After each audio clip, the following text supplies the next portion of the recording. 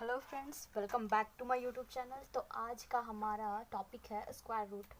आप सोच रहे होंगे स्क्वायर रूट में क्या है। स्क्वायर रूट तो सभी निकालना जानते हैं, इजीली निकाल सकते हैं।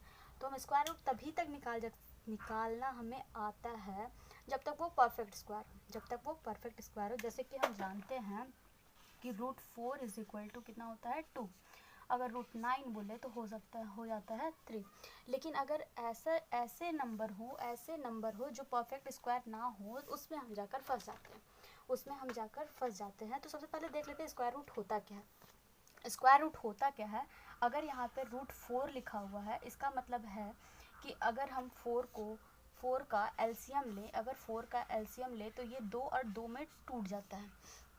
तो ये 2 और 2 में टूट गया, इसका मतलब हम इसे 2 इंटू 2 भी लिख सकते हैं।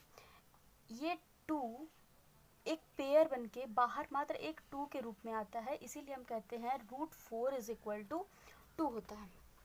इतना तो ठीक है, लेकिन अगर जब ये जोड़ा ना बने तो हम इसे कैसे करेंगे, कैसे इसे तोड़ेंगे। जैसे कि हम ले लेते हैं, अगर हम देखते हैं रूट 10, तो आप बोलिएगा ये तो किसी का परफेक्ट स्क्वायर है ही नहीं, तो इसे निकालने में थोड़ी सी प्रॉब्लम होती है, या फिर हम इसे रूट में ही छोड़ देते हैं, रूट में ही छोड़ देते हैं।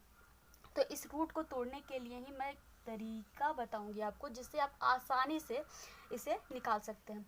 इस रूट 10 को और हम क्या लिख सकते हैं, 9+1 भी लिख सकते हैं या नहीं। अगर इसे हम 9+1 लिखते हैं तो हम यहाँ क्या देखते हैं, 9+1 ही हमने क्यों लिखा, क्योंकि ये 10 के सबसे नज़दीकी किस स्क्वायर का सबसे नज़दीकी है वो हम देखते हैं। और उसके बाद यहाँ मैंने लिखा 9+1।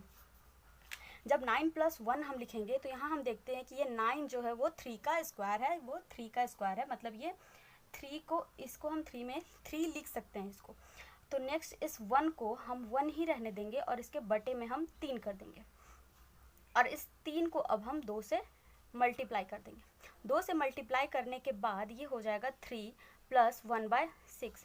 अब इसे अगर हम सॉल्व करते हैं तो आएगा ये आएगा 19/6, और इसे सॉल्व करें तो आएगा हमारा 3.1।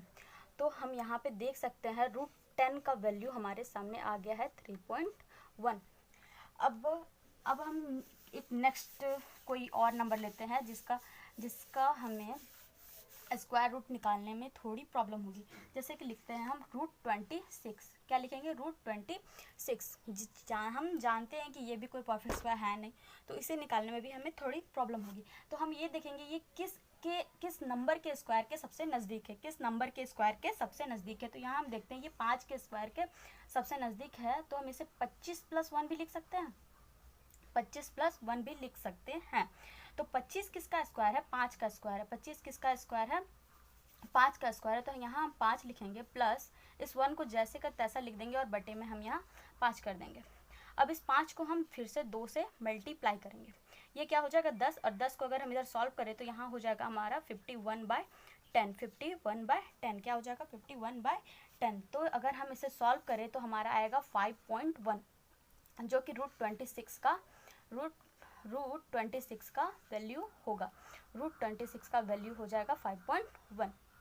अब आप कहेंगे आप केवल स्क्वायर रूट के जस्ट एक बाद वाले नंबर को ले रहे हैं, इसीलिए शायद ये आसानी से निकल जा रहा है, और अगर हम बड़े नंबरों को ले तो शायद थोड़ी प्रॉब्लम होगी। तो ऐसा कुछ भी नहीं है। आइए हम 27 को ले लेते हैं। 27 को ले लेंगे। ये भी हम देखते हैं कि 5 के स्क्वायर के जस्ट 2 बाद है, तो ये क्या हो जाएगा 25+2। क्या हो जाएगा 25+2।